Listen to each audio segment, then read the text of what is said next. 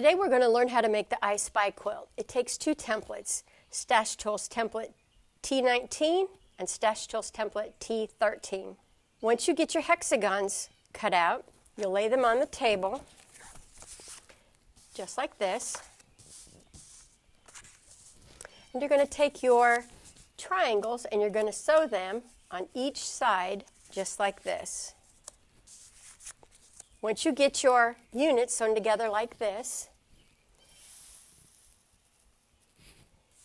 you place them just like this and sew them together again.